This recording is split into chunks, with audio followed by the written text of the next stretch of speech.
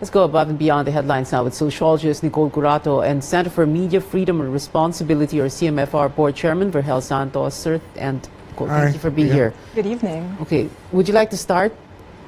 You have this look on your face. But what is happening now? What is happening to Rappler? Well, there's only one way to understand what's happening today, and it should be from the perspective that is informed by the character of this regime. And the character of this regime is marked by intolerance and a predisposition toward authoritarianism. This is harassment.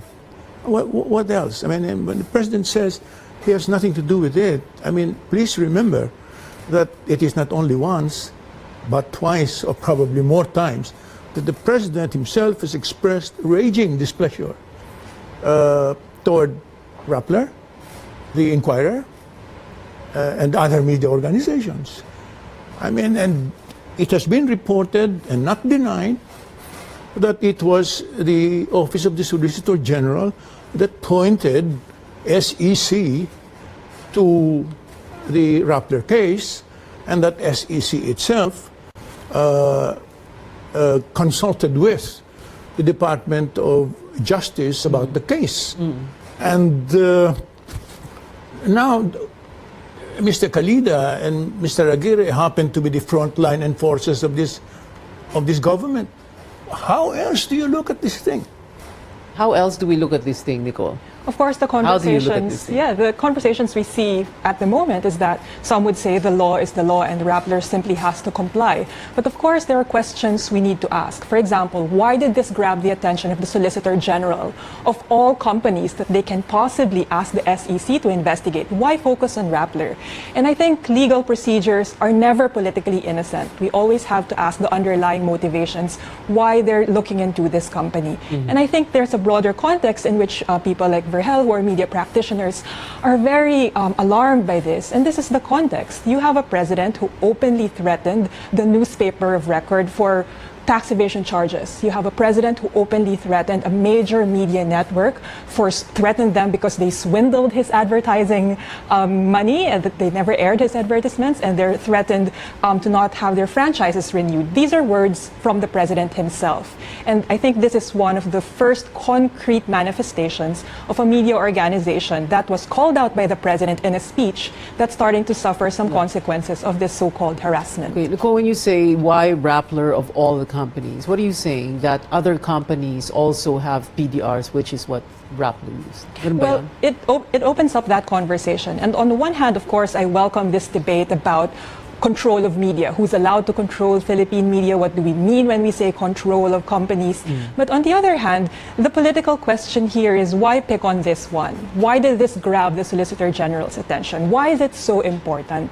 And then, of course, when we talk about revoking the license of a media organization or of a company, we also ask the question of the implications. What message does it send? It can't just be an issue of the law is the law. It's also about the story that this government wants to deliver. What's the message here? Okay, but can we tackle muna yung the law is the law na? Or even if you say na the law is pure harassment, but yung the law na nga, no? There are two types of interest. There are two types of interest involved here.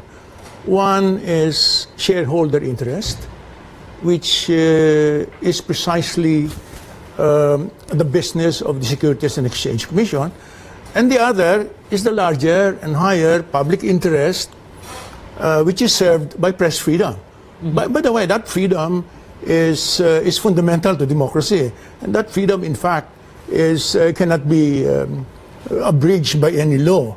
I mean, that is clearly a higher freedom. I cannot understand why this shareholder issue should not be sorted between SEC and Rappler without having to shut down Rappler. I quite understand this. Sorted out meaning pwede namang ayusin. Yes, of course. Ayusin nyo yung business nyo. You have this problem. Ganyan? Why close Rappler?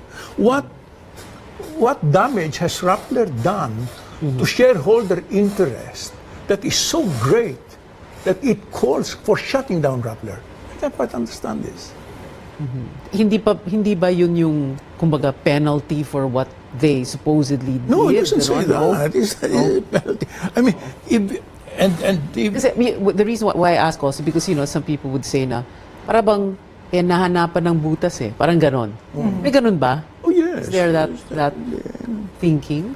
But I think that's the political aspect of this. Bakit mo hahanapan ng butas yung isang media organization? Whereas there are a lot of other companies who probably have some technical issues as well. And if Yeah. you start digging into companies' different records, then you will really see something. Yeah. So I think that's one part of it. And then the next part of it is a test of our legal system. Of course, in the source earlier this morning, CEO Maria Ressa said, of course, we will comply with all the legal requirements. Of course, we will go through the process. But I think the implication here is everyone feels alarmed that can you trust this regime to really deliver the rule of law in this case. By the way, the dispute has not been resolved with finality. Huh? Yeah. I mean, in effect, SEC is simply accusing Rappler of doing something effectively, you know, and therefore it has to go through the whole process, which I think Maria is prepared to go through herself. Yeah. I mean, but why shut down a news organization when there is no? Why is the SEC so hot on closing Rappler? I cannot understand. And I only understand that when I look at the character of this regime. You know, it's a regime that cannot abide dissent. I mean, that's clear enough. Cannot abide dissent. It is a regime that has warned us about martial law and When you say revolutionary cannot government. abide dissent, for example, kanina, no, we heard President Duterte being asked by a reporter, what does this mean? Ano yung message if you're not, if you criticize the administration, then you get into trouble. And then he says, well, you criticize me all the time. Why are you complaining now that I'm criticizing you? Yeah, you see. What is that? No, it's so easy to say something like that. But if you look at the way the president said it, I mean, with every cast phrase, that you cannot believe that the president does not really mind being criticized. We'll have to continue this discussion in just a bit about SEC's decision against Rappler. Stay tuned to Newsnight where we go above and beyond the headlines. Verhel Santos, you were saying why no law should abridge Well, the Constitution provides that no law should be passed abridging the freedom of the press. I mean, meaning that gives you an idea of the place of that freedom in the hierarchy of freedoms in a democracy. Okay, so you're saying that if, but hindi mo naman sinasabi na wala namang ginawang masama ang Rappler. What you're saying is, kung may ginawang mali ang Rappler, I'm not saying hayaan nating ayusin ng Rappler. Ayusin reasonably. No? Ayusin reasonably, and don't shut it down. Why shut it down? Okay. I'm not saying that Rappler has committed any wrongdoing. In fact, Maria is saying that Rappler has not committed any wrongdoing. That Rappler is in fact contesting the order in court. Okay. Well, I asked that because, you know, one of the things that Malacanang was saying, well, Harry Roque, for example, saying, in so many words, media should not be exempt from, you know, following the laws. Oh, well, I don't think there's any issue that the media should definitely follow the law. And of course, if SEC found something wrong with Rappler, then they do have to go through the due process. And of course, there's no legal consensus on this matter. There have been a lot of debates with lawyers about this ruling. And of course, it's exciting to have this debate. But I think what we should really look out for is there an ongoing pattern of singling out media organizations? I mean, I understand the president's point. Can you ask your own question? Is there an ongoing pattern? Well, we can see that on the side of the president, he has been very vocal in his criticisms against the media, which brings us to what he said earlier in his press conference. The media is free to criticize me, I'm free to criticize them. Fair point. But the state has very different powers. The state can put people in prison. The state actually has the military. The power relationship here is very different. So I think a responsible state would respond to the media by answering their allegations. If they think the media is unfair, then justify, then correct them. But, you know, you don't have to shame them or threaten them with cases of tax evasion or threatening them not to renew their franchises. Disproportionate yung laban when it comes to power here. No one can afford to violate the law. And certainly no one can afford to go on violating the law. And Rappler is saying, if it is found to have violated the law, then it is prepared to pay for that. You know? But right now, but that is still too narrow a perspective to apply in this case. Why? Because of the character of this regime. This is the character of this regime. It is an intolerant regime.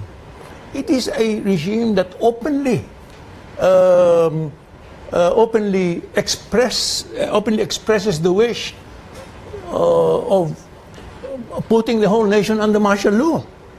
I mean, what do you make? How can you even not take that into consideration at all? In fact, that is the greatest consideration. That is what makes for the perspective to apply in this case.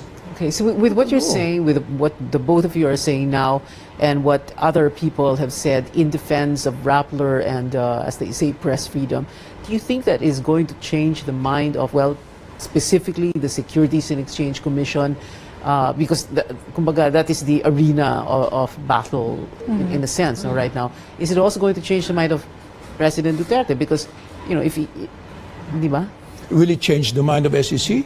Will it change the mind of President Duterte? Will it change the mind of the Supreme Court? Will it change the mind of Congress? Will it change the mind of the police organizations? Do not.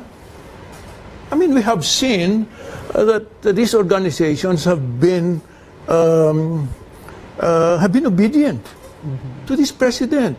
How can you even presume or even hope that minds will change in this case? Yeah. So what do you see now? What's next? What's going to happen next? Next is we are going from one draconian measure to another. This is what we're going through. We have been going through that from day one. I mean, if anything is consistent, that is consistent. That we've been going through this since day one. Nicole, what do you see next? I would just express my hope, I guess. It's hard to predict what's going to happen in the next few days. I would like reason to triumph in this process. I would like to have good legal debates about this matter, and I want this sorted out based on reason and not on power.